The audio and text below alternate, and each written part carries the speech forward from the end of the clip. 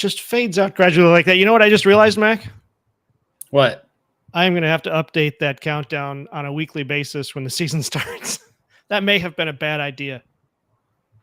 Oh, because of the number of wins? Yeah, the all-time wins are on there. I didn't realize that Michigan State had so few wins. Yeah, well, you know.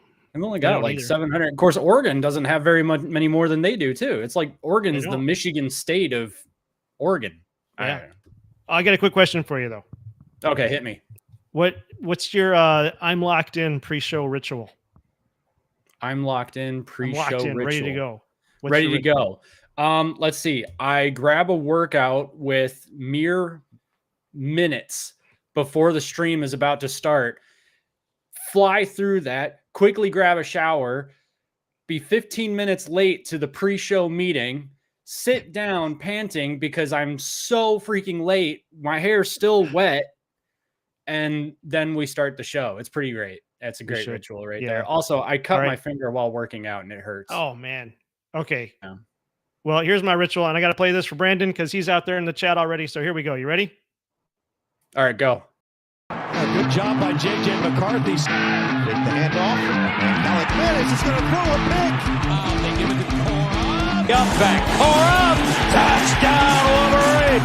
Roman Wilson does it again. Boy, bunch of daylight. He's got some speed and some blockers. Outside, turns the corner. Blake Corum down the sideline. Looking over the middle. Caught. Touchdown, Wolverine. McCarthy extends the play. Now using legs. McCarthy a first down.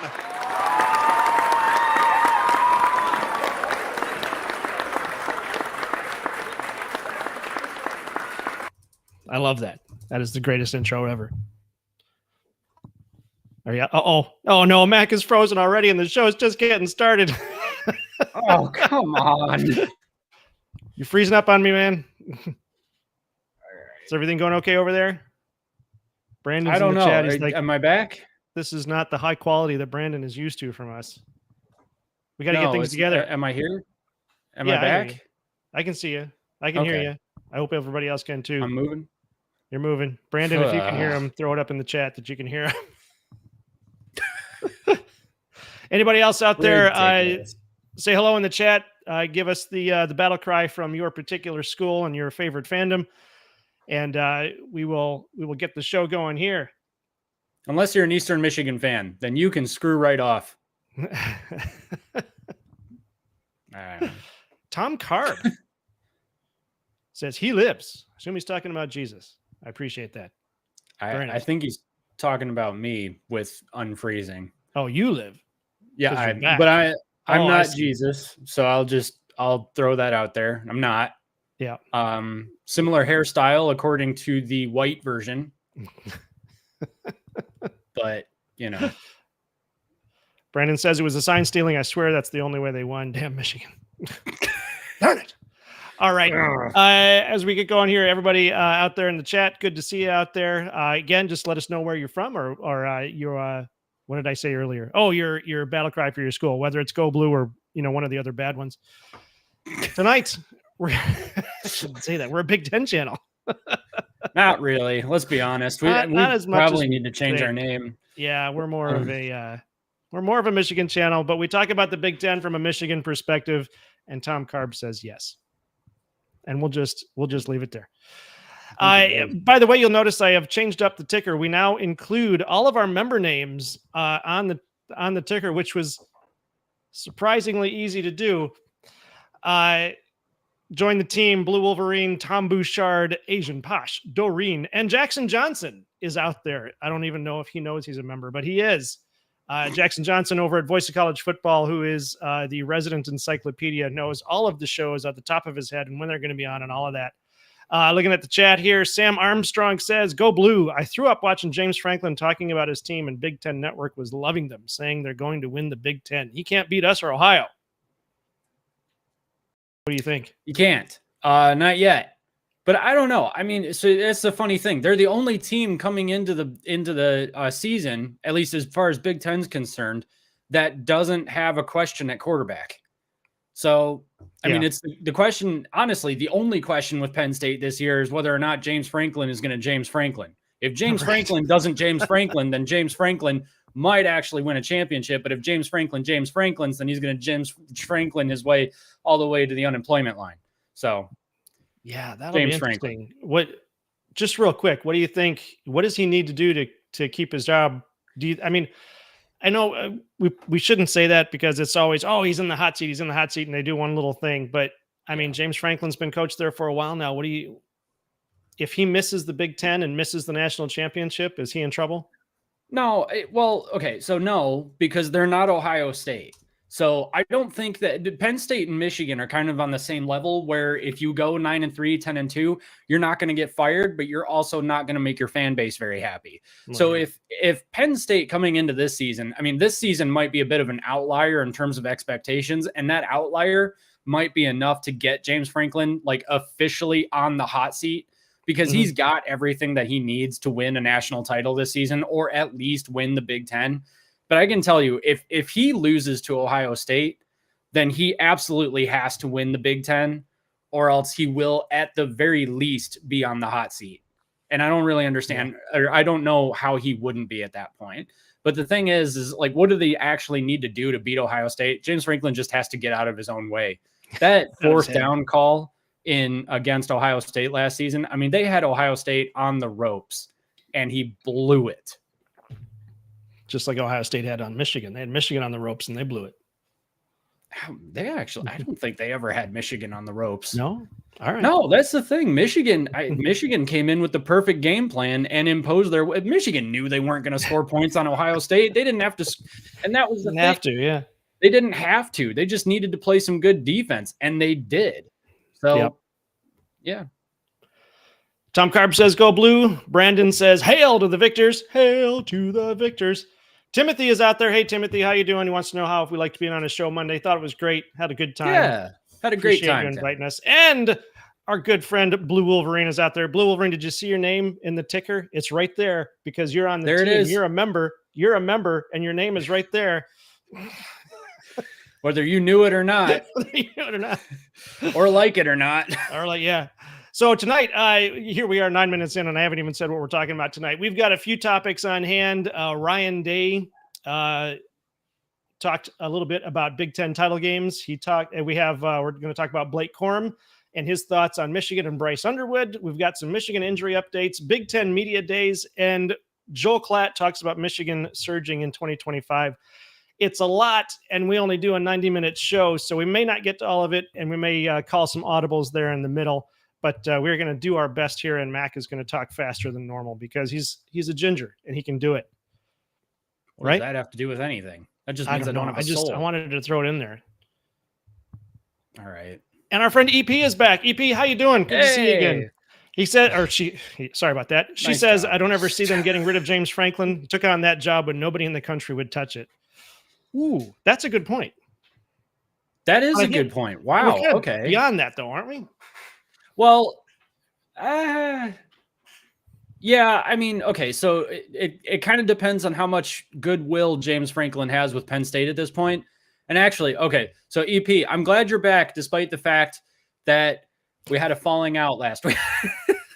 Or was it 2 weeks ago? I think it was a couple weeks ago, yeah. We didn't understand. I thought that she was saying something she totally wasn't. Anyway, that's my bad. Anyway, nice to have you back in the chat. No, we're not. We're really not. I have a master's degree from this school, if you can believe it. And I have an associate's degree from the Washtenaw Community College. Hell yeah, you do. That's right. There you go. Anyway, it kind of depends on how much goodwill James Franklin has with the Penn State fan base at this point. I mean, they did actually bring in Bill O'Brien before they brought in James Franklin, and he bolted after 1 year. Mm-hmm. So, I mean, you know, as much as it's like, you know, cool that James Franklin took the job and all that, I wonder if we're even still at a place where anyone's going to look at the Penn State job and be like, yeah, well, that's where that Jerry Sandusky stuff went down. You know, it's been a while at this point. I think it's been like 15 years at this point. So I think we're probably moving on. Yeah. Since we're talking about Penn State, Tom Carb says, don't know what it is, but Drew Allard just doesn't wow me. Yeah, I mean, he's a good quarterback, but maybe is he just not outstanding enough? I know that Who was just saying, shoot, I see these things and I forget who it was, but I think, oh, no, you know what? It was the guy we don't like at ESPN, Feinbaum. I think Feinbaum was saying that Penn State's overrated and isn't going to get to the national championship. So that's one reason to actually root for Penn State. Yeah. Paul Feinbaum also said Michigan was overrated and wasn't ever going to win a national championship with Jim Harbaugh. And then Paul Feinbaum said that he wasn't going to recognize the national championship because of the cheating scandal. And then said, no, actually, they did win the national championship fair and square and they didn't cheat. I can't stand Paul Feinbaum. The guy, I mean, if he weren't a sportscaster, he would have gone into politics because he flip-flops that much. He is that spineless and ridiculous. And it's just the fact that he knows how to draw controversy on television. That is the only reason he has a show. This is the only reason. And he's an SEC homer. So, of course, the SEC fans are going to love him because it doesn't take that much to get into an SEC school. Let's be honest. Yeah. Diana Hale, we have a new voice out there. Michigan is going to win the Big Ten. Go blue. I like that. Yeah, they are. That's going to happen. You know who's going to win the MAC? Not Western. What? So? All right, fine. Why'd you say not what, dude? I don't know. I would like Western to win it. I just, they've got a new coach this year, don't they? Or is he's second year. Second year, yeah. He's on year 2. And we had a good recruiting class. Yeah. So I want to hit this one before we get into our actual topics here. Sam Armstrong says, guys, Penn State should have gotten a 5-year death penalty for knowingly complying to abuse, and the NCAA seems to promote them heavily. Yeah, not in any way trying to minimize what happened. That was horrific. And we've talked about it before on the show. I don't think the players should have gotten punished for what happened because I don't think the players had anything to do with it. But I don't know. That's I understand. There's a lot of debate back and forth on that. What happened was horrific. I'm not trying to downplay that at all. But anyway, here we are. Before we go too far, though, I want to put it out there that there is a poll in the chat to we're looking at who do you think is going to get to the 1,000-win club next? Is it going to be Ohio State or is it going to be Alabama? One thing I have to say, Ohio State is at 991 wins, but we got to put an asterisk on that because according to Winsipedia, they only have 978, and that's because 2010 was vacated because they were what's that word again? What was Ohio State doing? Oh, cheating.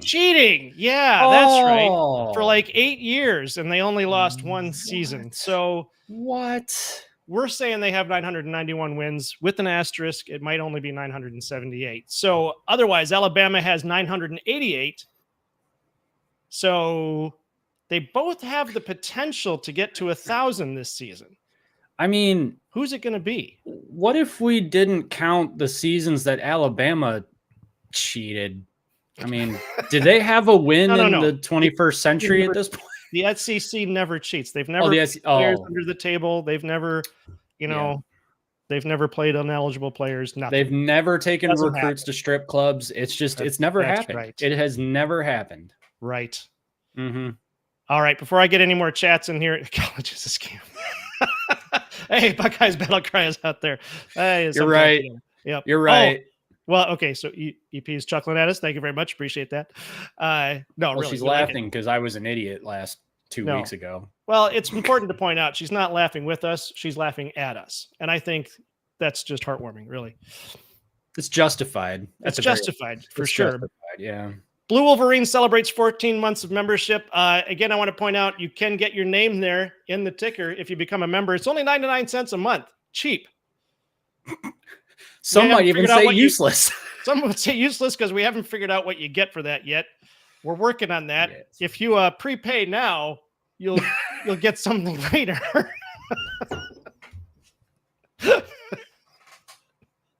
We're working on that. All right. Yeah. Holy moly. Wait a minute. Blue Wolverine gifted 20 Big Ten Rivalry Show memberships. Wow, that's awesome. Okay, so a whole bunch of people just became members. I will get your names in the ticker for next week. Well, hang on. Don't put their names in because Blue Wolverine was the one that bought them, and they only get their names in if they re-up. I think in this case, we should just give them. They're getting nothing else for their membership except having to put up with this. All right. fair. So That this fair. is who's out there. By the way, Blue Wolverine, thank you very much for doing that. Blue Wolverine is a huge supporter of this show. Show him some love in the chat. He's a great guy. He supports a ton of shows from the Voice of College Football Network and beyond. It's just great. He's doing a lot of great stuff out there. So it looks like Tree Dog 6966 has got himself a membership. Stallions Express. Rock. Oh, that's Peter. Hey, Peter. Hey. Frank Archie received a gift membership. And then Jeremy, Det Wolverine, Music Dreams. Hey, he low key. Nice. He low key. Oh, and GT is out there. Hey, GT. Hey, GT. GT gets a membership.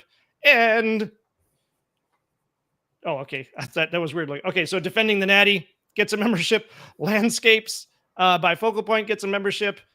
And Block M Did the whole company get a wow? Yeah. EP said that's right. She got that in there in between these. Goodness gracious. Thalas Howard, Kenji Davis, Marmar's out there. Hey, all right. I gotta hit all of these. Stephen Carlock, Michael Jones, and some of these I don't see the whole name on yours. Anthony Palika, Don Shepard, Kinetic 615. And that is all of them. Wow. Thank you very much, guys. I hope you enjoy your membership. We will try to get you something that actually makes sense to have that membership so you keep coming back. That's what we're looking for. If you guys have any ideas in the chat of what we can do to provide value for the $1 membership that you have, well, frankly, has just been forced upon you by Blue Wolverine, let us know, because we don't know what the hell we're doing. Yeah. Timothy would like you to explain why you didn't go to Michigan, and then we get to do something else. It's a great story. So here's what happened. Are you ready for this? Make it short. I applied and didn't get in.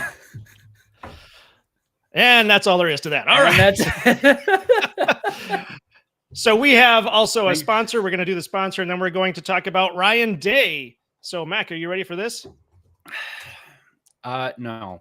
Our sponsor is Rise Window and Doors. If you're in need of a home improvement professional, live in the South Michigan area, call 810-673-7473. But Mac is going to tell you more. Do you have it? Shoot. No, I don't. Hang on. I'm sorry. I'm really sorry. He does more than windows and doors. I can tell you that. Does. He's really good. Here we go. All right. Here we go. I'm so sorry. That's my bad. There it is. Okay. Professional show business. Ladies and gentlemen, this episode of Team Rivalry is powered by Rise Window and Door, serving Jackson, Ann Arbor, and Lansing. Rise delivers expert craftsmanship. They make crass jokes. Not just in windows and doors and custom trim, but across the home improvement spectrum, from full kitchen remodels to sleek. Well, wait, no, he told me not to say that part. From not just windows, doors, and custom trim, but across the home improvement spectrum. Sorry, guys. Locally owned and operated, they bring big precision with small town care, no cookie cutter solutions, no shortcuts, whether it's upgrading your exterior or transforming your interior.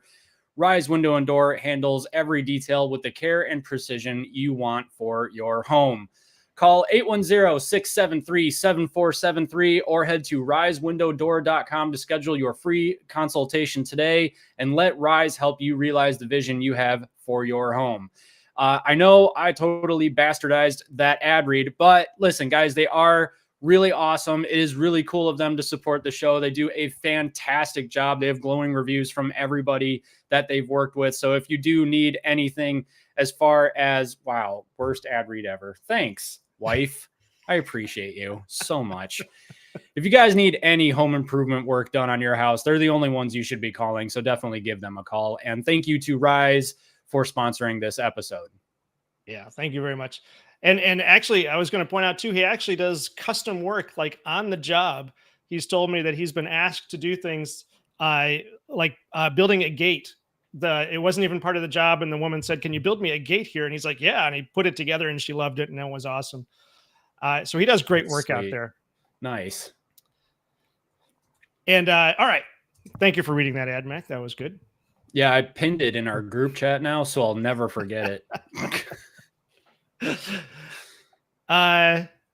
is I just wanted to check a couple chats here. EP is still talking about, or not still, this was a minute ago, talking about Penn State. Yeah, I just somehow think they're dedicated to him. I can't for the life of me come up with anything else. I can't either. He's kind of, although I guess we'll see this year. If James Franklin can get it done this year, then there we go.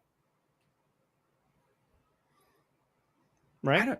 Were you looking for me to say something? I thought you were moving on. Kinda, yeah. I mean, okay, all right. Well, here's the thing. I think that like I said, I think Penn State and Michigan are okay with 10-2 seasons sometimes. You know, and I'm not saying that to knock that's not to knock either Michigan or Penn State. 10-2 is a good season, and I don't care what a Buckeye gonna say. Okay, Ohio State has unrealistic expectations for their head coaches. It is 12-0. You beat Michigan and win a natty every single year, or your butt's on the hot seat. And that's stupid. In the modern college football game, 10-2 is just fine. Actually, it's always been fine. It's not and elite, in the business, but it's been good. That's what we call an excellent segue, because we're going to talk about Ryan Day, except that these buttons aren't working. Here we go. We're going to talk about Ryan Day. Ryan Day actually legitimized Michigan's national championship. Gasp. So this apparently came out at Big Ten Media Days. He was asked, because this is a thing that's going on right now between the Big Ten and the SEC, who's better. Obviously, the SEC is wrong because they think the SEC is better. The Big Ten is the better conference. We all know that. The Big Ten has the best teams, has the best traditions, has the best colors, has the best names. And Ryan Day, to his credit, obviously we're not Ohio State fans, but to his credit, said, I think we've got some really good teams. Our play over the last couple of years, that's critical, over the last couple of years has spoken for itself. Look at the results and national championships from the league over the last couple of years. Mac, remind me, who won the national championship last year or 2 years ago? Hang on. I know. Gotta think this one through. I know this. I feel like that's their logo. I almost just yeeted that off the cabinet. I feel like that's their logo. I feel like their fight song is called The Victors. I feel like Darth Vader is a fan. Oh yeah. And Stormtroopers. Yeah. And Stormtroopers. Yeah. So was it Michigan? Yeah. Michigan has the Stormtrooper Wolverine. No, I meant Michigan won the national championship in 2023, right? Oh yeah. So Michigan won in 23, which means with Ryan Day saying, look at the conference play over the last couple of years and national championships over the last couple of years. Honestly, and I'm not joking around here, I believe that means he's legitimizing Michigan's national championship, which, given everything that's going on, given Petitti's letter, given the fact that this whole thing has been dragging on forever, I'm curious. And I know we've got some Ohio State fans in the chat, what they think about this, because again, I think this means Ryan Day is legitimizing Michigan's championship. What do you think, Mac? I mean, it definitely sounds like it. Why else would he be saying, look at the national titles over the past couple of years? But here's the thing. Nothing unites Michigan and Ohio State fans more than a whole bunch of SEC hate, because the SEC sucks. And they think that they're this crazy good conference, and they're not. As soon as paying players became legal, they fell off. They fell off a cliff. They fell off you, because your name's Cliff. Anyway, I'm here. Yeah. I think, and frankly, you want to talk about cheating. Isn't it a little bit sus that, paying players becomes legal and all of a sudden the Big Ten is the one winning championships now? Isn't that just a little bit suspicious to anybody? Yeah. So does anyone want to stop for a second and look at the SEC and be like, hey, so, you got the Ferraris. You've been pulling in top 5 classes basically every single year. All of the national championships in the BCS era, apart from Ohio State's, came from the SEC. Thank you, EP. That's nice of you. EP's getting a membership. I got to say it out loud because she's driving right now. So I don't know that she's actually seeing this, but she's getting a membership when she gets home. So that's awesome. Okay, carry on. Oh, you better not be texting and She's probably using her voice control. Be safe, EP. Anyway, you want to talk about cheating. Yeah, that's about me and my wife. I don't know that was You might be in trouble after the show. What? Why? Carry She on. said Ryan Day. She said worst ad read ever with a laughing emoji. I get it, but you said cheating. I said cheating. Yeah. Never mind. Carry on. Ryan Day. I'm so confused. Anyway, yeah. Right. Yeah, he legitimized Michigan's national championship. So wait, does that put to bed the whole like Ryan Day's brother investigated Michigan thing? Or where did we end up with that? Do you know? Well, Isaiah Hole says that there's talk about that in the building. Yeah. But the leak was apparently from within Michigan. And I guess if we wanted to get super conspiratorial, we could say, well, some person in Michigan leaked it to an Ohio State guy, or an Ohio State guy leaked it to Michigan guy, or something like that. I don't know. It doesn't really matter. But what's really important here is that Ryan Day is legitimizing Michigan's national title. So yeah, because I heard that Isaiah Hole said that too, that Michigan does still believe in Schembechler Hall that Ryan or somebody at the Woody Hayes Athletic Center hired a PI firm. I don't know.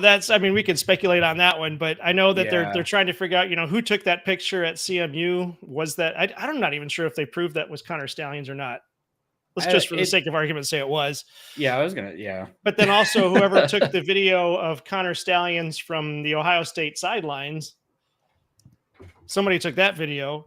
I don't know, but I know that Ohio State fans, just let it go. I'm not trying to say any kind of conspiracy there. I have no idea on that, and frankly, I don't care.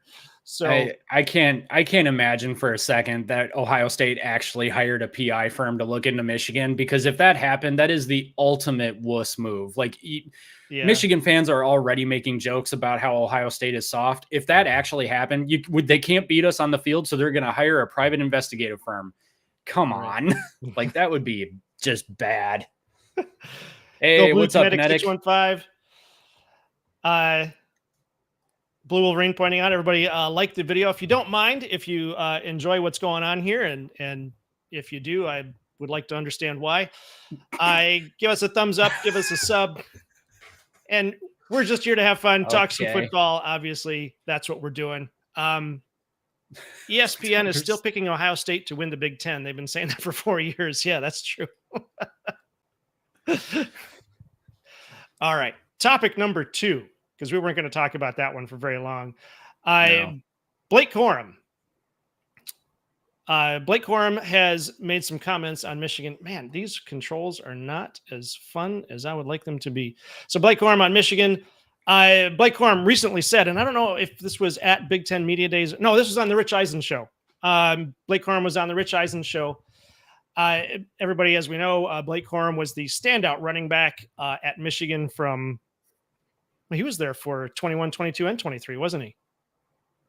And 20, I think. Was he there in 20? He was a part of the 2020 class, but yeah. So he's that Blake the Great, as Gus Johnson likes to call him. So he apparently called Bryce Underwood's presence an aura and spotlighted his maturity and arm talent. I love this. Bryce Underwood's aura and leadership potential. Corum described Underwood as very mature for a freshman, praising his demeanor, command, and readiness to lead. Dang. So if Underwood is ready to lead, do you think that'll impact? Because we've talked about how being a freshman, walking out onto that stage of 115,000 people screaming at you, does this mean that he could overcome that? Man, this is the thing. This is, as a fan, you don't want to buy in like hook, line, and sinker. You don't want to get bamboozled. You don't want to say, oh yeah, Bryce Underwood, he's going to change everything. He is the savior of Michigan football. And then he goes out there and lays an egg, because we all thought Joe Milton was going to be like this incredible quarterback. I think, we all thought Shea Patterson was going to take us over the hump against Ohio State. And he got us close. I think I think Don Brown is why we lost to Ohio State in 2018 and 19, but whatever, we'll move on from that. And we have to. But we put a lot of pressure on our quarterbacks, and I think we did a really good job of kind of keeping. I think Cade McNamara, actually, we have a lot to thank Cade McNamara for, even though he kind of maybe left with a bad taste in his mouth and left us with a bad taste in our mouths too. Like with that whole situation with Iowa, and now he's gone from Iowa and all that. But he also showed us that we can win a Big Ten championship and beat Ohio State without a game-changing quarterback. I mean, I'm sorry, like no offense to the kid, but he was a game manager. But he had a heck of an arm. He was basically mistake-free. You could count on him to make pretty much any throw, but was he dancing outside the pocket? No, not really. I mean, he didn't have the legs. Yeah, I love Cade. Watching him play against Rutgers, I mean, bringing Michigan back against Rutgers in 2020, that was awesome. I mean, that was really, really cool. But the thing is he kind of helped Michigan temper expectations for the quarterback, because all of a sudden we're like, oh, our game plan allows us to beat really good teams with a quarterback that, other teams were calling serviceable, which is just stupid. I'm sorry, but if you're a quarterback, I don't care how good you are. To me, look at my name. Davis Warren is my quarterback. I don't care how bad other teams think you are. If you go into Columbus and beat Ohio State, or if you beat Ohio State with CJ Stroud, you are a dang good quarterback in my book. So whatever. But then we got JJ McCarthy, who was even better, and we didn't even use him to his full to his full potential because the system didn't need him to. And now we've got Bryce Underwood coming in, and the system is probably going to turn a little bit towards emphasizing that quarterback position. But Chip Lindsey is an interesting guy because he does have really, I mean, he's a little bit balanced. He has like some air raid tendencies. He has another tendency. He kind of like meshes some of that, Michigan run game with the air raid a little bit. So you're going to see Bryce Underwood throw the ball a little bit more. But it's not like if Underwood has, a bit of a learning curve that Chip Lindsey's not going to know what to do, which because the system is not going to be 100% on the shoulders of Bryce Underwood. Bryce Underwood doesn't need to be good. Actually, he doesn't need to be great. He needs to be fine. He needs to be serviceable. And Michigan can still win championships. The thing is that you have pundits, you have coaches, you've got other players, you've got former players. And most importantly, like I said, pundits, but like journalists from opposing teams who are all saying that Bryce Underwood is just the guy. And so as a Michigan fan, when we've had a couple of years where I feel like we've been really good about not putting pressure on our quarterbacks, it's really hard to look at Bryce Underwood and not be like, dude, this guy's going to take us to the promised land, which is hilarious because we've already been to the promised land. We were there 2 years ago. So can we get 5 in a row against Ohio State if Bryce Underwood is serviceable? Yeah, we can. Can we win a national championship if Bryce Underwood is serviceable? Yeah, we can. The thing is, everything coming out about Bryce Underwood is that he's more than serviceable as a true freshman, which is wild. Now, it also guarantees that he's going to the NFL in 2027 or 2028, whatever. Yeah. Either way. Unless they don't win the national championship and he needs to come back to win it. Yeah. It depends. But yeah. So Sam points out if Underwood has problems passing, his legs will be an asset. Blake Corum actually pointed that out too. He said that Corum emphasized Underwood's arm strength, athleticism, and football IQ, that he's big, strong, fast, smart, and has a heck of an arm. He also said just being out of high school, Underwood reportedly made advanced throws in spring practice, catching Corum's attention. So we could have ourselves a passing quarterback. And not that JJ wasn't, he just didn't need to. Like we've said, if you can win on the ground, there's no need to put the ball in the air. If you can win with your defense, there's no reason to put the ball in the air. Right. I mean, Michigan was that's how Michigan won the national title in 23 was complementary football. It wasn't anything flashy. Like the offense was good. Don't get me wrong. The offense was good. The offense scored a lot of points. What the offense also did was keep the defense off the field. That's one of the biggest things. That's how you win games, is by keeping your defense fresh and forcing the opposing offense to have to play against a fresh defense basically the whole game. Our friend Peter says Underwood is going to frustratingly pick up a lot of third downs with his legs this season. Yeah, I bet you he is. Yeah, probably. Because he's what, 6'4" and what, 230 now, 225? 225, Yeah. I mean, he's a big guy. I know. Hopefully that's all, muscle working in the same direction. So we can hope for that. Can we please talk about Ohio State fans hating on Desmond Howard? We could, but why hit them while they're down? Why are they hating on Desmond Howard again? Still, I don't know. They don't like Desmond. Desmond's too loud for him. But so Corum also pointed out to strong. Now he's talking about Moore, Sharon Moore. Corum pointed to strong recruiting and Moore's leadership as proof the Wolverines haven't lost their championship edge after Harbaugh's departure. Yeah, except they went 8-5 last year. Well, granted, it was the greatest 8-5 season ever. Yeah, but it was still 8-5. Okay, but why did they go 8-5? No offense.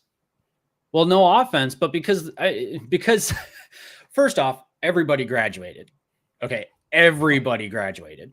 The entire coaching staff was gone, and there was a bunch of coaching upheaval. Jim Harbaugh, unfortunately, we still love him. He's still a Michigan legend, but he left fairly late into spring ball. So Sharon Moore kind of got the job a little bit late. I mean, frankly, it's like what happened with Mel Tucker at MSU. I mean, he got the job late because Mark D'Antonio waited until his, bonus kicked in and then ditched because he's a jerk. Right. I can't stand that guy and his stupid face.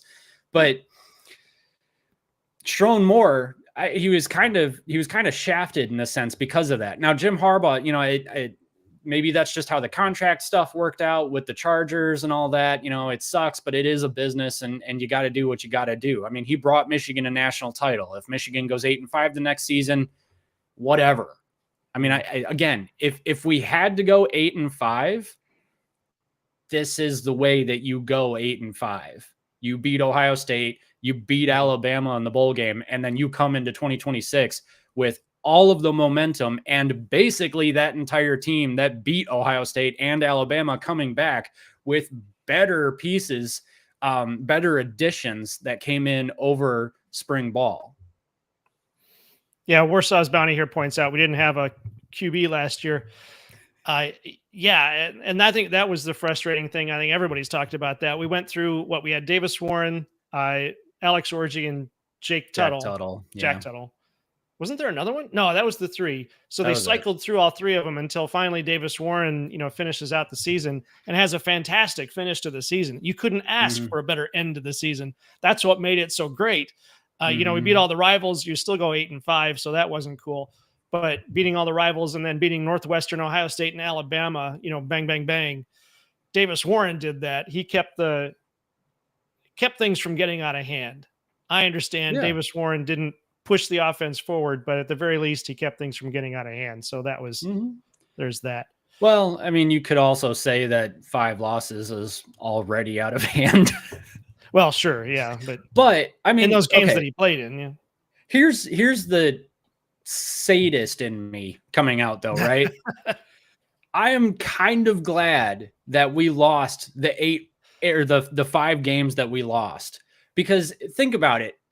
Think about if somebody presented you with this wild scenario where they said you go 8-5, but you beat Ohio State, and your immediate thought is that's hilarious. I'd love to see that because I love chaos. Bring me chaos. I want to see them cry. The fact that Michigan had arguably, statistically speaking, their worst team since the Brady Hoke era and still beat Ohio State's best team ever. That's hilarious. And I love it. And I'm here for it. Yeah. No Buckeye can talk about the 8-5 season and upset me because it was awesome. Yeah. Kinetic 615 says, hey, now don't be disrespectful to the Buckeye killer, Davis Warren. Yeah. No disrespect. Davis Warren's my QB. Look at my name. Yeah, we love Davis. He's just a good guy. He's a great guy. Yeah. So Sam Armstrong says his age might scare people, but he might stay at Michigan longer than people think. He said 2 Heismans and a Natty. Oof. Who said that? Underwood.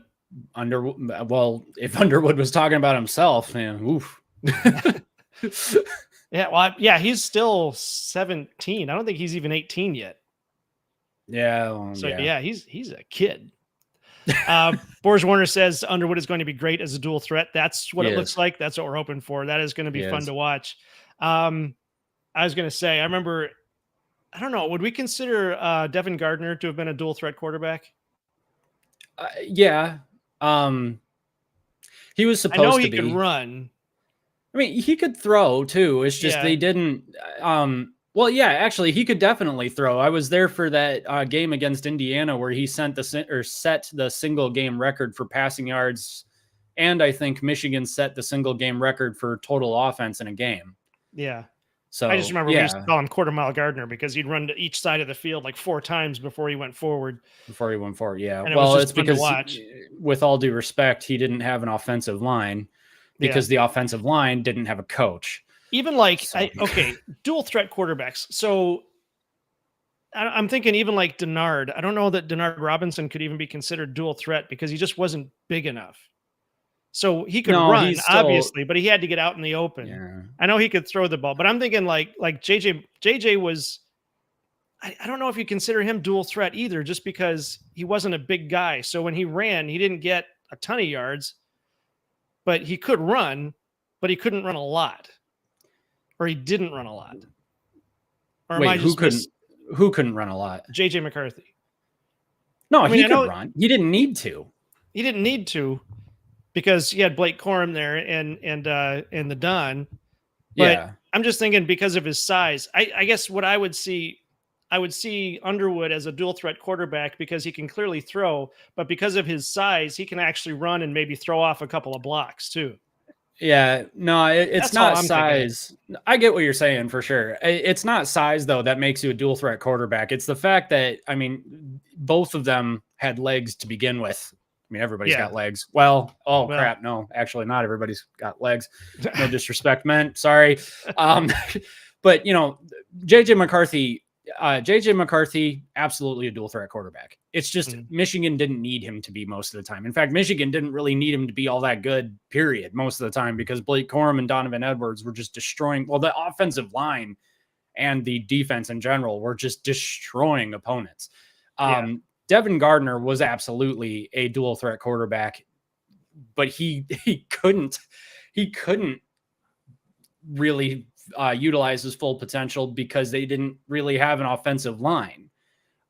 Because frankly, Brady Hoke was 100% a defensive guy and just didn't know what to do with the offense, and especially didn't know what to do with Devin Gardner because Devin Gardner's not even the kind of offense that Brady Hoke would really want. I mean, Devin Gardner was a spread guy.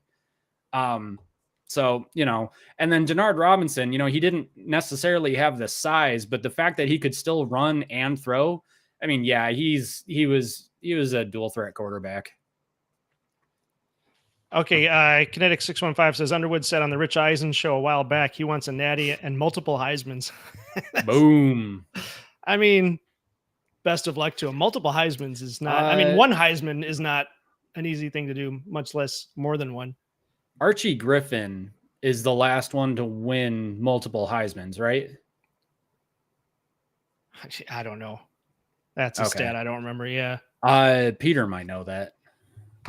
Peter says, you were at the game too, Mac. Was a fun day in the rain, and Jeremy Gallon set the single game receiving record. Yeah. Yep. That's true. Yeah. It was Devin Gardner and Jeremy Gallon just set Indiana on fire. Well, the defense. Oh, yeah. Indiana's offense also set us on fire, so that sucked. All right. But, So Brando 2 says JJ was absolutely a dual threat. Yeah, I apologize. I guess I'm thinking a little bit differently on what a dual threat means. And like I was saying, I just realized it says dual threat. So he was out there taking people out, apparently. That's the kind of typo you want right there. Yeah, dual threat. But yeah, I'm just thinking a dual threat, like because like Denard could throw and Denard could run. But when Denard got hit, he was out for half the game. I mean, we used to call him Glassjaw Robinson because he couldn't take those hits. Yeah, he didn't have the size. That doesn't mean he's not a dual threat quarterback. It just means he didn't have the size. Right. Archie Griffin was the last last player to win the Heisman Trophy twice. I saw somebody said Tim Tebow. I don't think Tim Tebow won multiple times. I think it was just once. Just once, yeah. And then Michigan beat him in his last game. That's true. Made him cry. JJ was mobile, but not your typical description of a dual threat. Okay, so he gets what I'm saying there. Yeah. Now you're upsetting Lieutenant Dan with the no legs comment. Everybody's got legs. I don't know who Lieutenant Dan is. Oh, Lieutenant Dan from Forrest Gump. I've never seen Forrest Gump. Oh, Gary Sinise plays Lieutenant Dan, and in Vietnam he gets wounded and loses both legs from like the knees down. Oh, geez. And they play it off as a joke in the movie, but well, that's nice. Not a joke necessarily, but they do have some fun with it. So who's Gary I don't care. Oh, you don't know who Gary Sinise is? I've heard the name. I don't know if I've seen him in anything. Okay, go look up Gary Sinise and watch his movies. He's good. All right. True Dog says, I'll see you later. I don't know. JJ only came in for running plays his first year. He was considered a runner by Michigan. Well, yeah, his first year he was behind Cade McNamara. So, Bryce said he wanted two Heismans and a Natty. I would have flip-flopped that. Yeah, that'd be nice. 2 Natties and a Heisman. More for the team. I mean, so it's is it easier to win? Nah, I'm not going to get into that. Never mind. Who knows? Archie Griffin, the only one to win 2 Heismans. Only one. The only one to win 2 Heismans. Wow. Yeah. Yeah, he's a heck of a running back, or was a heck of a running back. So just to finish off the Blake Corum story, the last thing he said was that he confidently predicted Michigan will take its 5th consecutive win in the game, saying we're going for number 5 this year. I mean, duh. Yeah. Look, here's the thing. Though? Can Michigan beat Ohio State again? Yes. Yeah. Yes. All right. Yes. And here's the reason why. Okay, I understand Michigan's got all this retooling they need to do with the offensive line and all that. The thing, and a lot of people are saying, can Evan Link hold up that left tackle position? That's really the biggest thing that we're concerned about. If I'm an Ohio State fan, I'm concerned about the fact that Julian Sayin looks like he needs to eat 10 cheeseburgers before he even comes close to Bryce Underwood's size.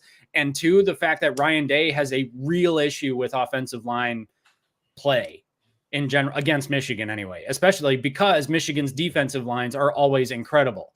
And I don't want to say this to alienate any of our Ohio State friends, because again, I think Ryan Day is a phenomenal coach. I like all of the players on Ohio State's team. I think that they're going to be great. I think that when they come to the big house, Michigan's defense is going to be ready. And Bryce Underwood at that point, I mean, look, we're at the point now where Bryce Underwood has to be just awful or just terrible for Michigan to lose games because of him. Okay, maybe that's not entirely true. Maybe I'm editorializing a little bit, but Bryce Underwood is going to be one of the biggest disappointments in Michigan football history if he's not even half as good as the people are saying he is. And again, that's people not in Schembechler Hall. Okay, because we don't trust them. They're going to say nice things about their players. They said nice things about Alex Orji last year. And again, no disrespect to Alex Orji. Love the guy. I think Kurt Campbell just wasn't the right fit. And, all the respect to Kurt Campbell. But that being said, Bryce Underwood will be the biggest disappointment in Michigan football history if he's not half as good as these people that aren't related to Michigan football are saying he is. So yes, Michigan, I think right now, as far as what we know about Michigan and what we know about Ohio State, Michigan has an advantage at the quarterback position. They've got advantage at the running back position and the offensive line. I think that Ohio State has vastly superior wide receivers, but can they do they have somebody who can get the ball to them? And I don't mean that they don't necessarily. I just mean that when they come up against Michigan's defense, I mean, Michigan's defense is going to be good. Rod Moore's at 85%. We're going to get to injuries here in a second, but he's going to be coming back. And otherwise, that defensive line is going to be great, possibly even better than it has been in recent years. So can Julian Sayin and Ohio State's offensive line buy themselves enough time to get the ball to their Ferraris out wide? And frankly, last season was the season where they should have been able to do just that, and they didn't. So it might not matter. So yeah, I mean, I fully expect Michigan to win this game until they don't. We're at that point now. Speaking of NIL, I just got to interject this. Where's the quote? Here it is. So Mike Loxley at Big Ten Media Days, this was back on Monday. I love Mike Loxley. Mike Loxley never changed, man. This is what he said about NIL. He said, we're so used to every scholarship check being the same. He goes, but now he says, hey, why does little Billy have his Mr. T starter kit on? Okay. What? So Mr. T was known for wearing the gold chains. He had just a ton of gold chains around his neck. Yeah. Gold bracelets and all of that. Oh, I get it. Okay. The gold glasses and all that. Yeah, because I loved it. All of the new recruits and stuff in their recruitment videos have all the gold chains and the aviators, and they're all looking at the camera like, right. You know. So Sam Armstrong pointing out that Bryce had over 600 rushing yards and 6 TDs his senior year, and now he's 228. He's huge. Yeah, that's going to be impressive. I know TJ had posted, TJ Ronan over there at Michigan Voice College Football, was asking if Bryce Underwood could match up with Chad Henne, who was the last, I believe he was the last true freshman to start at Michigan as quarterback. Ooh, okay. And he had some pretty good numbers. I should have brought him up before I said that, but I didn't. But yeah, it would be if Bryce can match those numbers and beat him. I think, and in fact, I remember replying to him saying that it seems possible, but we'll just have to see what happens. Chad Henne, I just pulled him up real quick. All right. Chad Henne had a standout freshman season at Michigan in 2004. Wow. 20 years ago. Yeah, a while ago. Yeah. Oh, that sucks. All right. He played in all 12 games. He had a 60.2% passing percentage, 2,700 yards, 25 touchdowns, 12 interceptions, 132.6 passer rating, and 7 yards per attempt. His longest pass was 69 yards. He actually also had 55 rushing attempts, but netted negative 137 yards. So I think Bryce Underwood's going to be better than that. I can really only hope. Apparently, he tied the Michigan single season record for touchdown passes at 25, matching Elvis Gerbach from 1991. So, wow. Not a bad season. And I love how the record at Michigan for passing touchdowns is 25. I'm pretty sure 25 passing touchdowns is what Ohio State gets in the non-conference. Yeah. So Warsaw's Bounty setting us straight here. A dual threat will run when nothing's open. Yes. Okay. Yeah. And then he also said every QB can't run escape for more yards. Okay. So dual threat simply means obviously your quarterback has to be able to throw. Dual threat if they can run and escape the pocket and get a few yards. So, okay. Yeah. There's our definition for dual threat. Got it.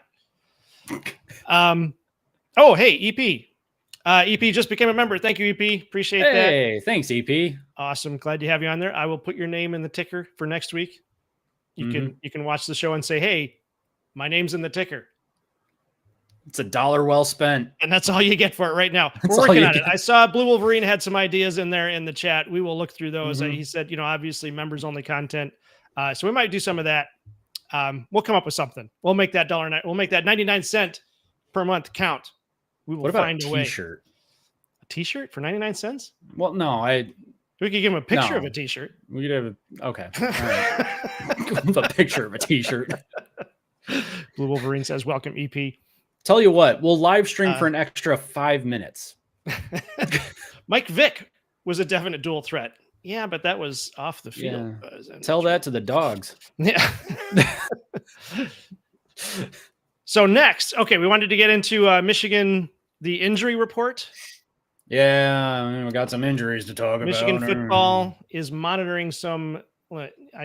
Michigan football is monitoring the recovery of 3 players: Rod Moore, Davis Warren, and Mikey Keene, As fall camp approaches, all three are working back from injuries that sidelined them during the 24 season or spring practices.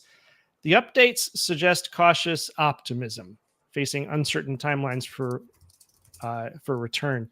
When does fall camp start? Is that August 1st? I think it's actually next week. Is it next week? Well, that's that's almost August 1st. So the first one on the list, Rod Moore, who is a safety, tore his ACL in March of 24, missed the entire season, currently at 80 to 85% recovery, participating in drills. Return timeline depends on fall camp performance. Could be back by game. I love this. Game 1, 2, or 3. Take your pick. Yeah. So, Mac, my question to you is, how badly does Michigan need Rod Moore? They'll need him for Oklahoma. If we don't have him for Oklahoma, that's definitely not a good scenario. It's not like having him is going to make or break Michigan against Oklahoma. It's just going to make a difficult situation even worse because, I mean, John Mateer, Oklahoma's quarterback, I mean, he's going to be good. Oklahoma's offense is going to be good. And so we definitely need all hands on deck against that defense. And I think that's why a lot of folks probably think Michigan's going to, end up losing to Oklahoma is just because, you know, is Bryce Underwood going to be ready? Is the defense going to be ready to stop Oklahoma? Plus it's at Norman at night. I mean, that's not great. So if Michigan drops that game, is it the end of the world? Absolutely not. And in fact, there's a world where actually winning or losing that game could benefit Michigan in the long run. Obviously we want to learn from wins, not just from losses. So, but having Rod Moore would go a long way into kind of securing that secondary against the deep threat. So, I mean, we'd love to have him, but if we don't have him, okay, fine, whatever. It's not the end of the world. New Mexico, they can still beat. Central Michigan, obviously, they're going to beat. But it does sound like he might be able to come back. He said he's about 85% recovered. He is participating in running, cutting, and DB drills. It just depends on what he's able to do in fall camp as to whether or not he can return for one of those games. So I've got so the Wolverine put out their the projected Michigan depth chart, and I should have looked for him on here. Rod Moore is not actually even on here yet. Wait a minute. He's got to be. Really? Oh, there we go. Safety. So they've also got Brandon Hillman and Mason Curtis over there at strong safety, free safety, TJ Metcalf and Jaden Mangum. All right. Next one, Davis Warren, quarterback. Davis Warren. You like Davis Warren, don't you? I like Davis Warren. Suffered an ACL tear in the December 31 bowl win over Alabama, and that was a fantastic win. Heck yeah, it was.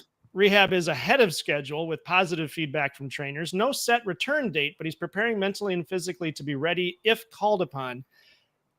I love Davis Warren. I have a feeling when he comes back, though, he's going to be QB 3 or 4. What do you think? How badly does Michigan need Davis Warren? And I hate saying that. I mean, obviously, he's a far better football player than I could ever be, but he's got some serious competition.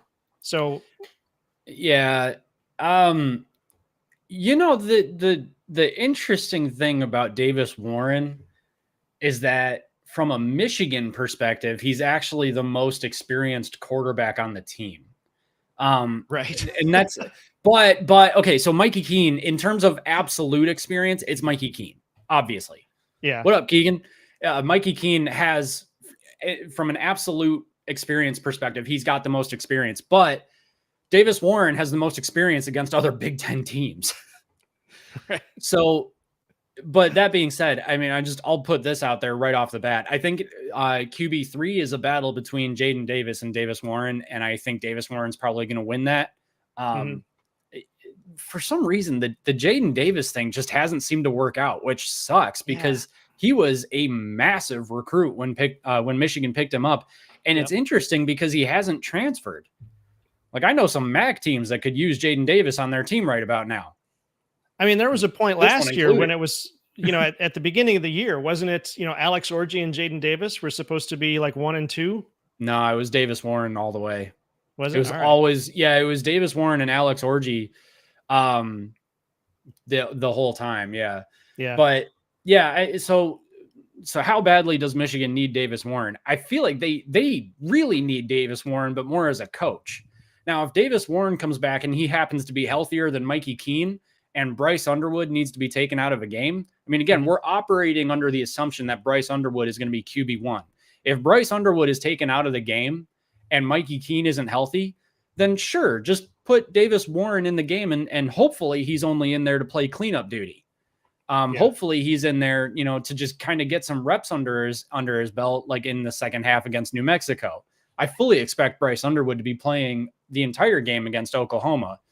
That being said, if Bryce Underwood gets injured, I'd definitely like to see Mikey Keene step in there rather than, Davis Warren. And man, I feel like such crap saying that. Well, and Mikey Keene is the next one on the list. But I want to point out, James Monroe, go blue. Thanks for being here.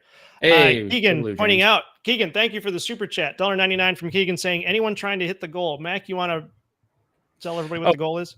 So here's the thing. I set up a goal, but there was only 5 minutes left and we didn't get a single super chat, which is fine. I'm not upset. We're cool. But I figured I would just end the goal and say, if we get at least, what did we decide? Did we say we have to hit $20 in order to do a shirt thing? No, it's got to be more like 30. All right, fine. At least. I mean, the shirt itself costs $20. I found a place to get a shirt for 15. All right. If we hit $20, then I'll wear a shirt of whatever team you want me to wear a shirt of. I mean, obviously, Western Michigan's probably not going to be your choice because I just did that. Unless it wanted me to do it again, I'll do it again. Now, you're not cutting that one up. I'm not cutting this one up. No, sorry. Sorry, B-Dub. I'm not cutting this one up. All right. So if we get a super chat, if we get $20 in super chats, is it the last person gets to pick? Yeah, last person gets to pick as long as we hit $20. As long as we hit $20, last person gets to pick. Mac will wear the shirt of your choice of team, college football team, next show. I do have one stipulation. Under absolutely zero circumstances am I wearing a Michigan State shirt. It's not going to happen. I will feel dirty. And that's coming from, I put on an Ohio State shirt like a month ago. And I didn't feel as dirty as I would if I had put on a Michigan State shirt. Like, if there are any Notre Dame fans in the chat, hit me up. I will wear a Notre Dame shirt. Like, we're cool. But all right. So the last person they're watching on the injury report is Mikey Keene, as you were mentioning. He's a quarterback. He's the Fresno State transfer, missing spring practices due to an upper body injury, back to throwing and building chemistry with teammates. So he's out there practicing, expected to be full go for fall camp and in the mix for the starting QB role. So he's going to be there. So how badly does Michigan need Mikey Keene? Yeah. So Mikey Keene, they definitely need to be healthy. And it sounds like he is basically healthy. I don't know. I saw that. All right. You know what, B-Dub? $100 and I'll cut this one up. I hate myself. Yeah, they need Mikey Keene. I swear, if you do that, I'm going to be very upset with you too. If you do that, B-Dub. Don't give us any money. He's going to be upset. Don't give us any more money. I'm going to get upset. Mikey Keene. What was I saying? Mikey Keene. Yeah. So Mikey Keene's interesting. So it sounds like he's going to be ready. Yeah. Michigan kind of needs him because we definitely need some sort of depth at the QB room. It's funny though, because, oh my gosh, I thought that was a 100 for a second. I was like, okay. You want to pull up James Monroe's? Yeah, there we go. James Monroe with the $20 super chat coming through. Beat Ohio State again. Thank you, James. Appreciate it.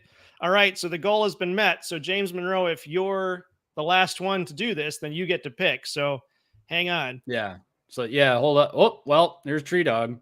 Oh, but that's kind of crappy. Like James Monroe spends 20 and then Tree Dog just comes in with a $2 and I'm sorry, no disrespect, Tree Dog. I'm just saying you shouldn't pick. Oh crap. Shout out to Big Ten team rivalry. Thank you very much. Appreciate you, Tree Dog. You guys are awesome. I appreciate you all doing this. You guys tell us. Okay, so we hit the goal. So now how do we decide who gets to pick the shirt? Tell us in the chat. Mikey Keene. We need Mikey Keene. Oh, well, here, James Monroe is saying that Tree can do it. Oh, that's cool. Thank you very much, James. Appreciate that. Yeah, so, Tree, you get to pick Well, I guess actually, unless we get another super chat. So we've met the goal. So right now, Tree Dog gets to pick the shirt. But if anybody else comes in with another super chat, they get to pick the shirt. So there we go. There we go. All right. What was I saying? Okay. So I think it's kind of, I think Michigan's quarterback room this year is actually going to be in a better state than it has been for a little bit. Because if you remember, like 2021, Caden McNamara was the starter, and then the backup was JJ McCarthy, but JJ McCarthy was an untested freshman. Now he came in and made several throws. I mean, we went to that Western Michigan game where he threw his first touchdown pass. That was incredible. And that guy was giving me a ton of crap in this. Oh wait, no, that was no. That was way before that. Never mind. I'm sorry. But that guy was giving me crap for it, and it was hilarious. But anyway, so JJ McCarthy, he was an untested freshman. Obviously, he was really good. Okay. 2022, JJ McCarthy wins the starting job, and then Cade McNamara transfers. So who was behind JJ? So the depth at quarterback there was not really all that great. And then in 2023, we had JJ McCarthy and then Jack Tuttle and I think Alex Orji. So we really were in dire straits because, I mean, Jack Tuttle, was serviceable, but then he got injured, I think, actually against Indiana. And then Alex Orji was a great running quarterback, but just didn't have the arm. So, like, we could have been in serious trouble had JJ McCarthy gotten injured. And in fact, he did get injured against Penn State and Maryland. I think it was, he was having some issues with his leg. I think it was a left leg injury, if I'm not mistaken. But this season, I understand Mikey Keene has his upper body injury, but if he's coming back into fall camp and it sounds like he's basically fully ready, plus we've got Bryce Underwood, who is likely starting, I think Michigan's quarterback room is actually in a better overall state than it has been for quite some time. So, but that means that Michigan definitely needs Mikey Keene to be healthy. And frankly, they've needed a second quarterback to be healthy this entire time for the last 4 years. And we really haven't. So we've kind of skirted by with one quarterback for the last 4 years, to be totally honest. And now and this year, really, we should not continue that trend. So yeah, we really do need Mikey Keene. Right. Excuse me. Okay. So an update on the shirt here. Tree Dog said, that he goes, I don't want to pick. I'm just showing some love. Appreciate it. Love back to you, thanks, man. Tree Dog. Warsaw then immediately said A&M cheerleaders, and Blue Wolverine said University of Southern Indiana pink shirt. All right. Tree Dog says he's passing it back to Blue Wolverine, so I guess that means we've got University of Southern Indiana pink shirt is the one that's on track now. Okay. Can you pull up Keegan's last chat there? Yeah. James Monroe says we will win 10 games with an average QB. All right. That's absolutely right. Yeah. Keegan says CMU row the boat. No, it's WMU. It's Western Michigan was row the boat under that guy who's currently. Yeah. Wow. Wow. I'm deeply offended. Kinetic 615 says Notre Dame shirt with Monteteo's girlfriend on it. I don't know that we're allowed in the stores where they sell those shirts. Spelman College. Where is Spelman College? I've never heard of that one. I've never heard of that one either. Blue Wolverine with the eyeballs. Tuttle was as bad as O'Corn. Yeah, I guess. Yeah. Spelman College is a college in Atlanta, Georgia. It is a private women's liberal arts college. There we go. So, all right. What HBCU? Screw it. I'm going to do it. Which one? Spelman? Sure. All right. Spelman is it. Or whatever is picked, I guess. I don't know. Tree says, I already like beat-ups picks better than any I could come up with. Yeah, definitely. Yeah, there you go. Beat up for the win. Okay, so that's it for the injury report then. As far as going over Big Ten media days, I don't have a thing for that. We've already talked about the notes I had for Big Ten media days was talking about Bryce Underwood, Ryan Day on Ohio State's reset, and then Penn State. But if I remember correctly, Peter had a chat earlier on about Signetti. I want to see if I can find it. I was talking about Curt Signetti. Actually, Peter, if you're still out there, if you want to repost that chat, he was just talking about. Oh, there we go. He did post it. Got to speak on Signetti and how he always pops off at the mouth. Yeah, and I think your one earlier was about him being condescending, I think. Yeah. So the one quote I have from Signetti is that he had said he was talking about some player telling him to slow down, saying sometimes more isn't always more. Sometimes more is less. And we got to get him to stop or something. And it didn't make any sense then, and it doesn't make any sense now. Let me see if I can find the quote. But anyway, what are your thoughts on Signetti while I'm looking for that? I mean, okay, so what did he say? He said, we figured we'd just adopt the SEC scheduling philosophy. Some people don't like it. I'm more focused on those 9 conference games. Yeah, I mean, so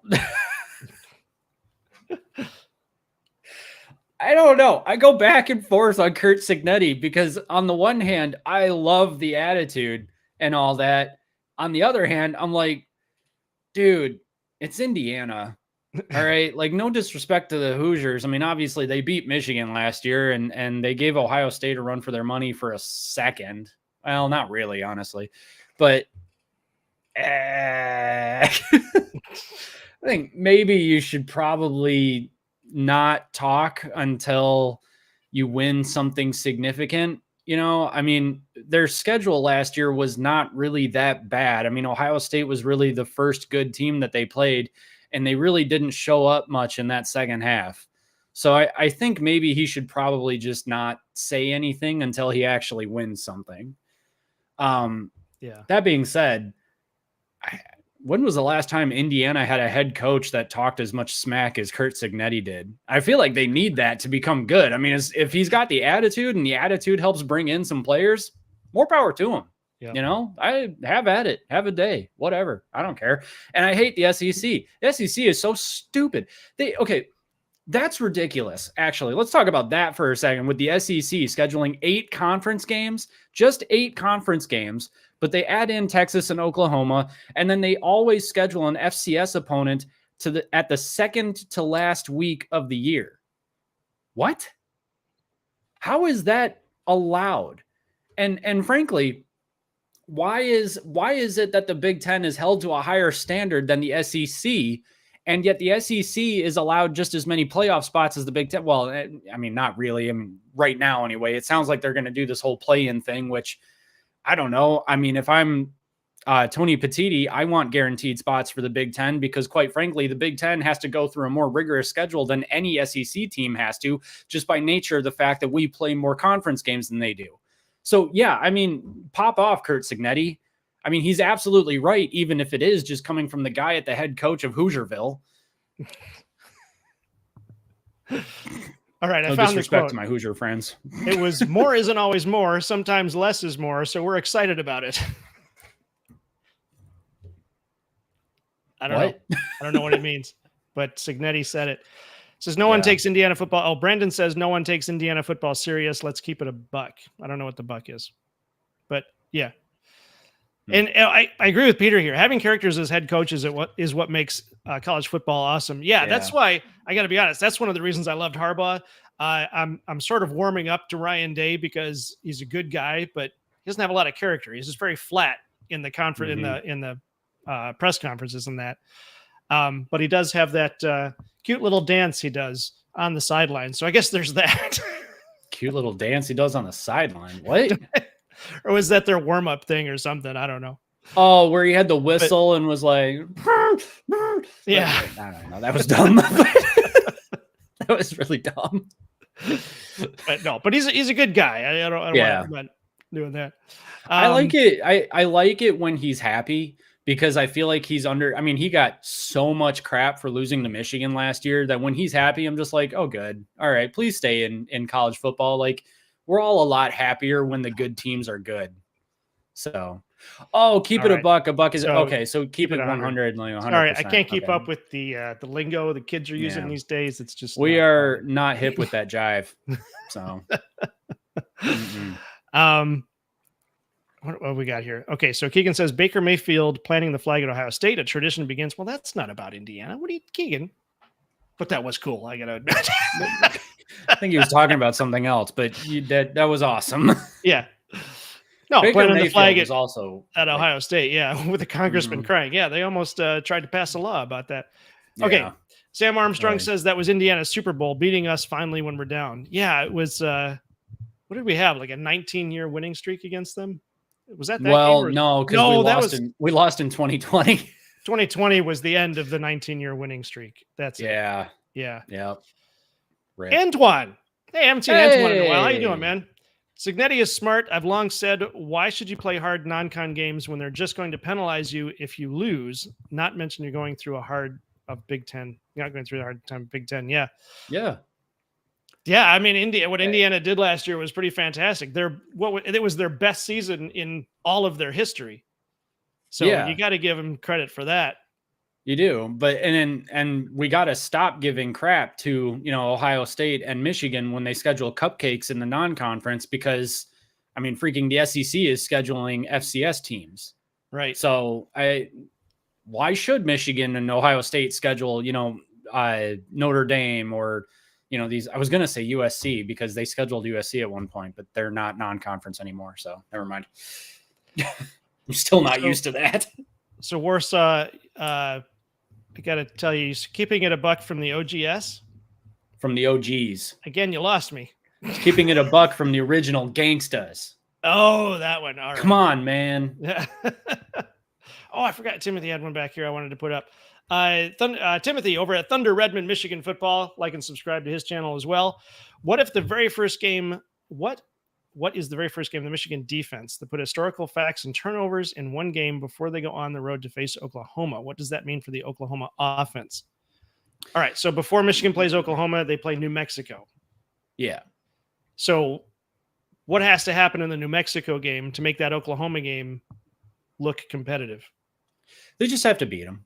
They just have to beat them. All right. I mean, no, really. Like, think about 2023. They were walking through the non-conference, winning like 31-6 and 28 to 12. I don't know. They didn't score less than 30, I don't think, during the non-con, but they were kind of boring games. Like, they didn't score a ton of points, and it kind of got a lot of us worried about the running game, even because we were like, why aren't we running up the score on these non-conference teams?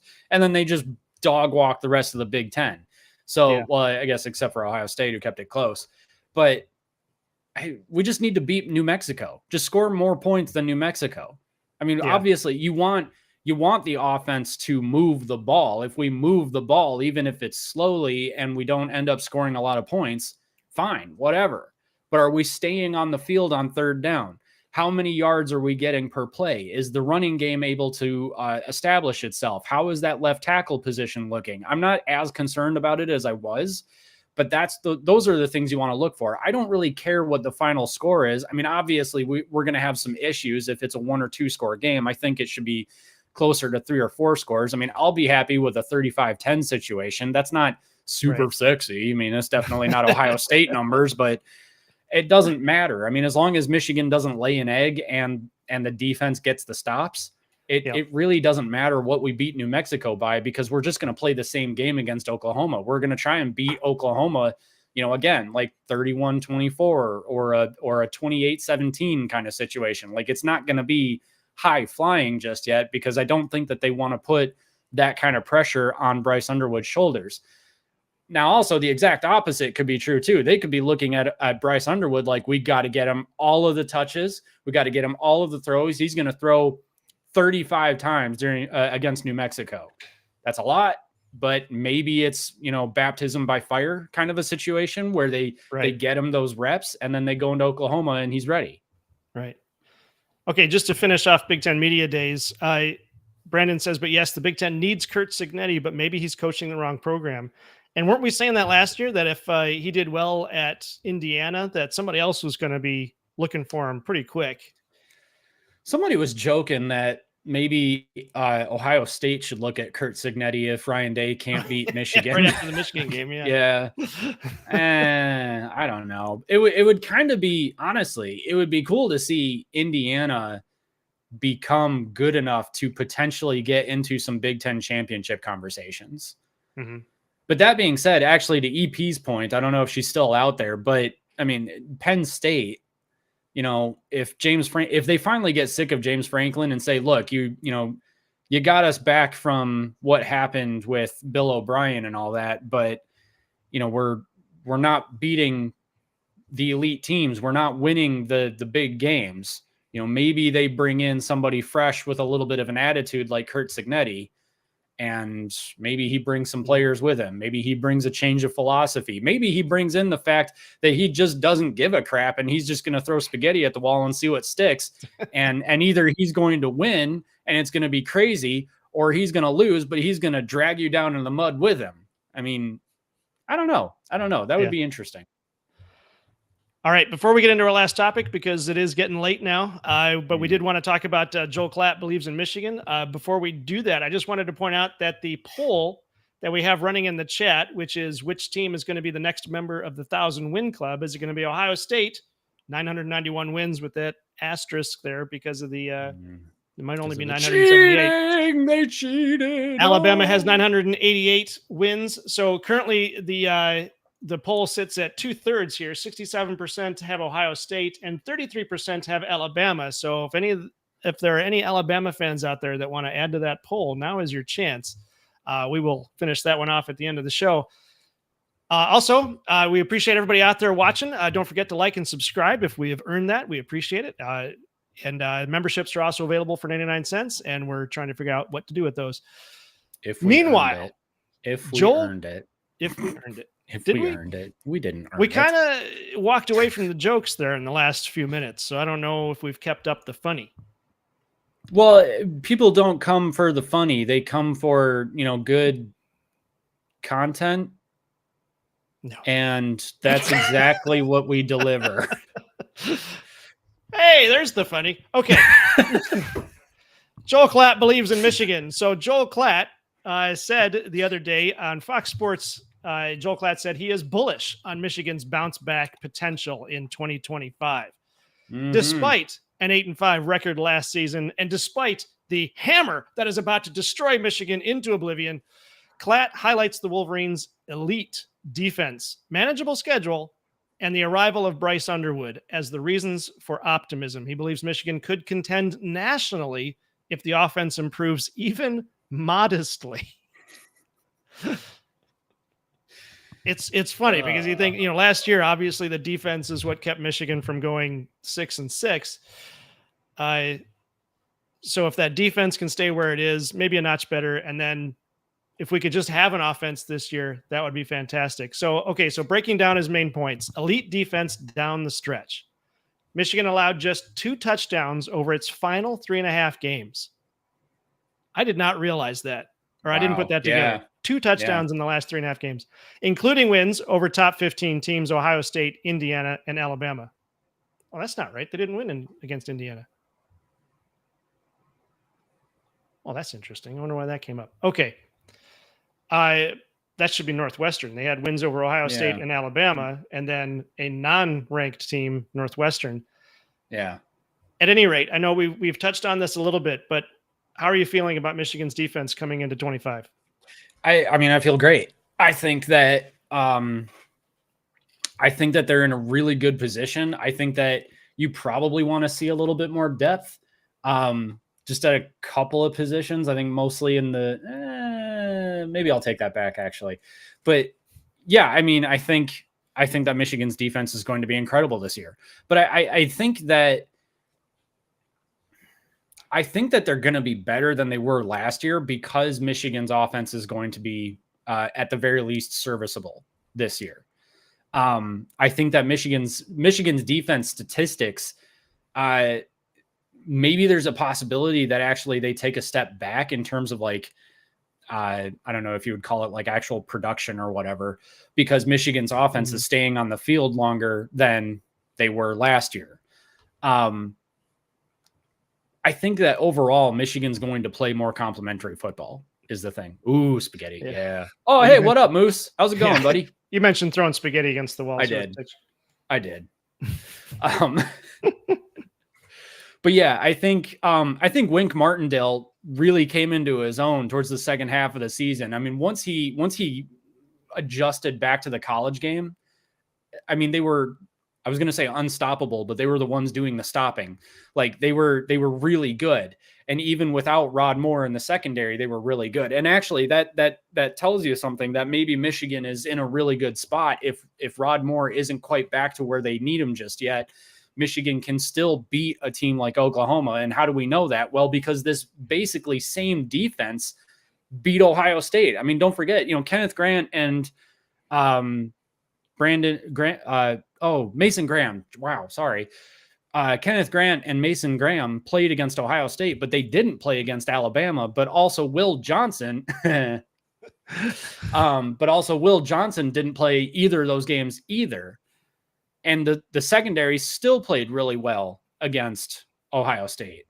So that's really promising, is the fact that those guys are all coming back this year.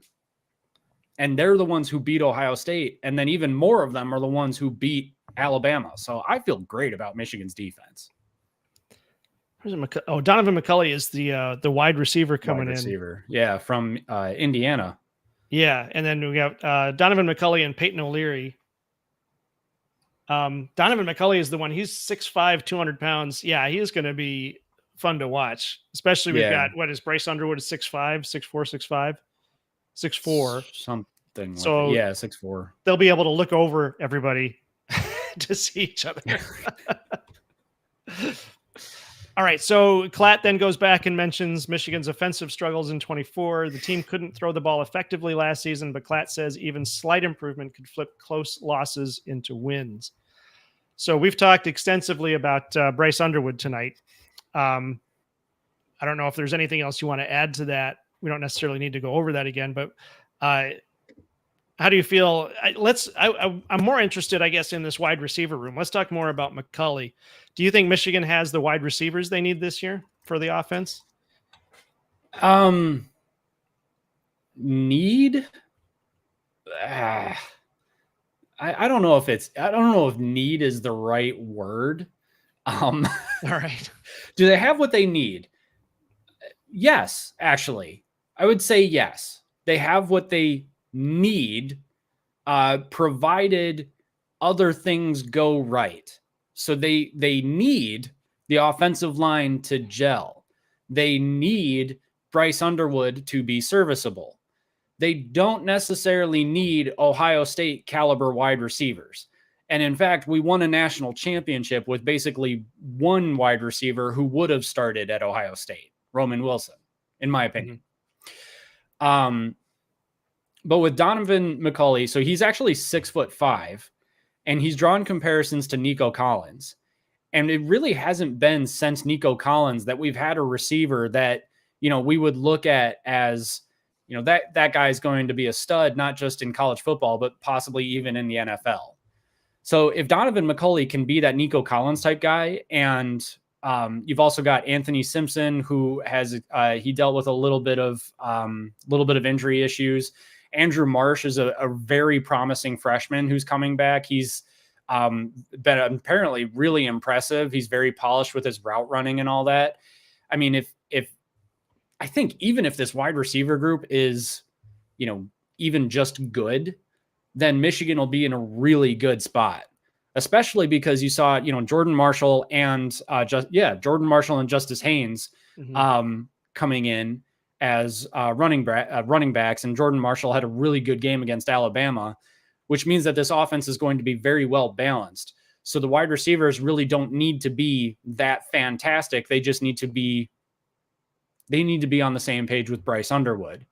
So I'm actually not as down on our wide receiver room as a lot of other people are, because we do have some of the height there. Donovan McCulley can be that, 50-50 ball type receiver. He just needs to be a little bit more consistent and all that. And then if Andrew Marsh is already promising as a freshman, then we have a little bit of depth there, although you really want a few more wide receivers than what our room currently has. But that being said, if somebody said to me like, oh, Michigan's not going to win games because look at their wide receiver room, like that's ridiculous. Michigan doesn't need an elite wide receiver room to win the Big Ten. We've proven that 3 years in a row. And we didn't need an elite wide receiver room to win the national championship. So I'm really not concerned about it, even though I think that their wide receiver room could be better, but I also think that this wide receiver room is going to be better than it has been. So it was funny when I first put this one up, I read that as Blake Edwards, who was the guy who created the Pink Panther movies. That's funny. Anyway. Hey, we got a Penn State fan out here. Hey, all right. Penn State Sports Talk. He's been in the chat before. Yeah, he's been here before. We are, and I guess we're supposed to say Penn State. James Franklin had a great media day today. Oh, good. Good for I actually him. haven't caught it yet. I gotta probably catch it on the replay tomorrow. He can use James Franklin. All right. Franklin, the founding father. That's a funny thing coming from James Monroe. Oh. We got a whole bunch of history going on out here. Yeah, no kidding. All right. So the other thing that Joel Klatt points out is Michigan's favorable schedule. And Michigan avoids Penn State, Oregon, Iowa, Illinois, and Indiana. The key test is week 2 at Oklahoma. Klatt says if they win that, the rest of the schedule looks manageable, which I thought was funny because who's at the end of the schedule?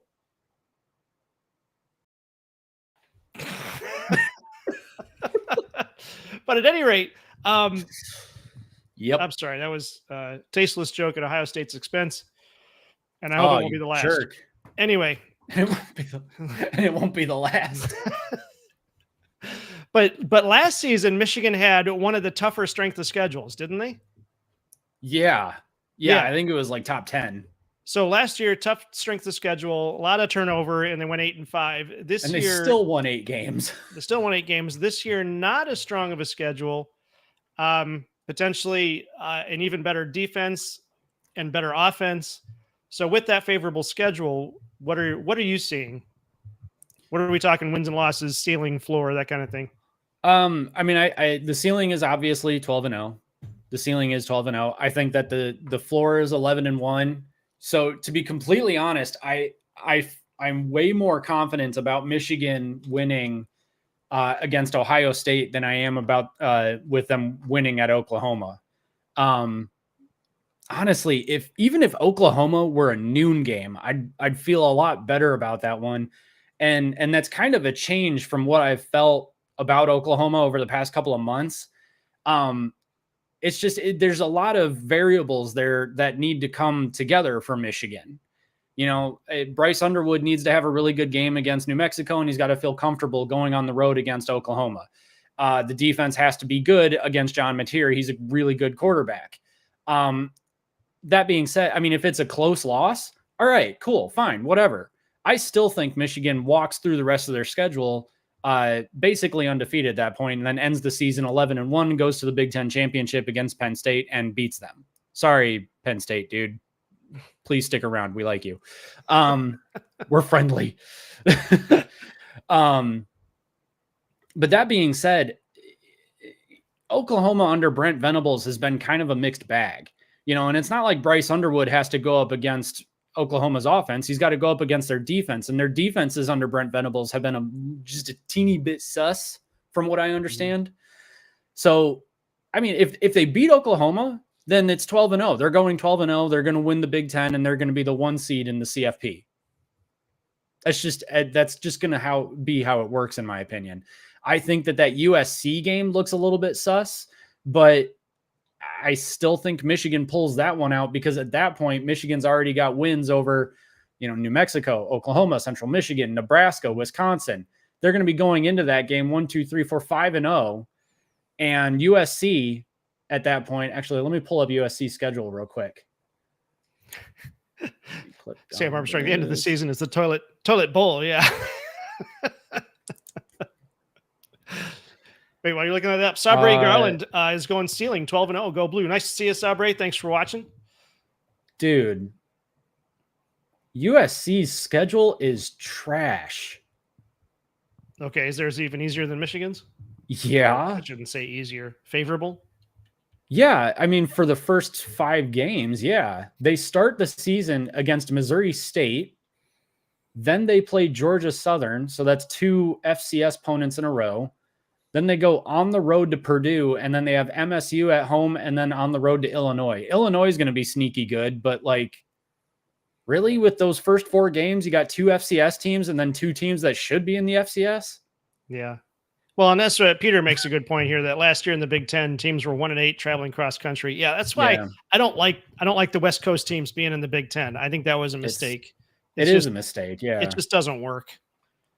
We need to get back to regional football. I think you even do, like NFL divisions, that kind of thing. But that's the thing. If we did the divisions, then they could just bring back the Pac-12. Right. And the money would all be the same. They could have these teams in and that's why we need relegation too, is we need just that Division 1 with the different conferences, and then the conferences have their divisions and all that. And then you've got Division 2 where, teams like Michigan State belong. Sabre says Sabri says, sorry, I'm saying Sabre. I'm thinking of The Office. That schedule last year was part of the punishment too, and we still went 8-5. All right. Yeah. Peter says, I agree. It's a total mistake. All about that money, though. Yeah, it's all about money, no.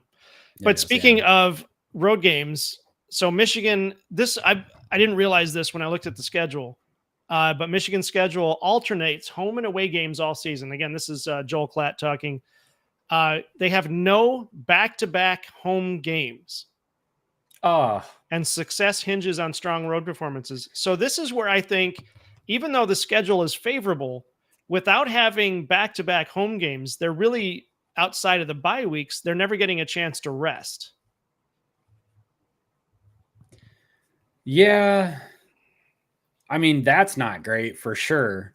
Yeah. I guess the way I see it, though, I mean, until they go to USC, the furthest they have to travel is Nebraska. And that's not, Oklahoma, so never mind. Oh, man, yeah, they have to fly to Oklahoma.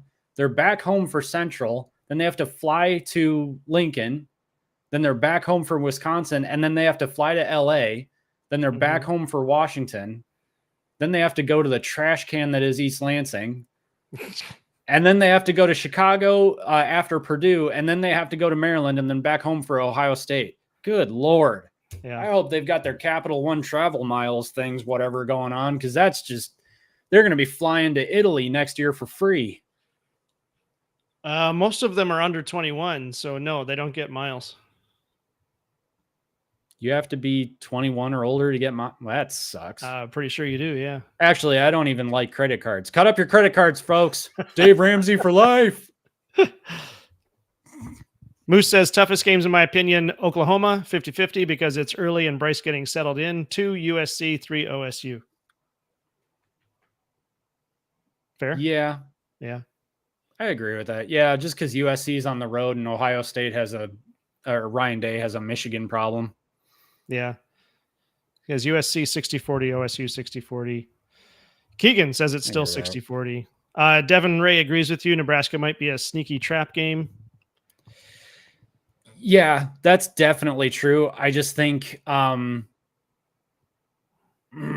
think Nebraska is a little bit behind schedule in terms of the rebuild, and that's just compared to how Matt Rule normally rebuilds programs.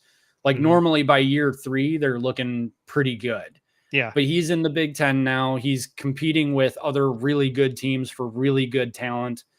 Is he going to be able to build up as fast? Dylan Raiola needs to take a bit of a step forward this year to win them some of those bigger games. Yeah, it could be a trap game, but I still got Michigan. I don't know if it's going to be a comfortable win per se, but I don't know that the end is ever really going to be in doubt. Right. And I remember talking to Justin over at Nebraska Voice College Football, asking him if Matt Rule was on schedule, and he didn't think so. That his year 2, they didn't take any steps forward. It was, if anything, they took a couple of steps back. Yeah. Which apparently didn't didn't shock Matt Rule that much, though. So that's probably good. Mm-hmm. I did actually catch him. He must have been on day one of media days, Big Ten media days, because he seemed pretty confident. I mean, obviously you never want to have a coach that doesn't seem confident, but fair. He didn't seem worried at all. He wasn't making excuses or anything. He was looking forward. I mean, so I think this year maybe he'll take a step forward this year, but I think he's still a year behind from where he was like at Temple or Baylor. Yeah, I agree with that. 6 home, 6 away this year, says Moose. Mm-hmm. Peter says, I think Raiola takes the next step, but his weapons just aren't quite there yet. Yeah. That's what you're saying.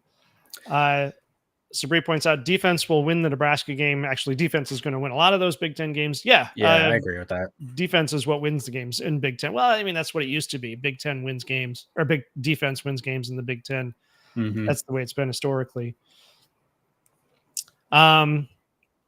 Moose says, I just don't think Nebraska has the roster talent to compete with the big dogs. Yeah, not yet. Yeah. Dylan Raiola is good, but you're not going much past that. Right. And that's kind of the question for Matt Rule moving forward is, can he get a roster that can compete with the rest of the Big Ten? I mean, because it's one thing when you're in the big, and Nebraska should go back to the Big 12. Otherwise, they're really not. I find it hard to believe that they're going to compete in the Big Ten unless they somehow or another convinced Urban Meyer to come out of retirement or something.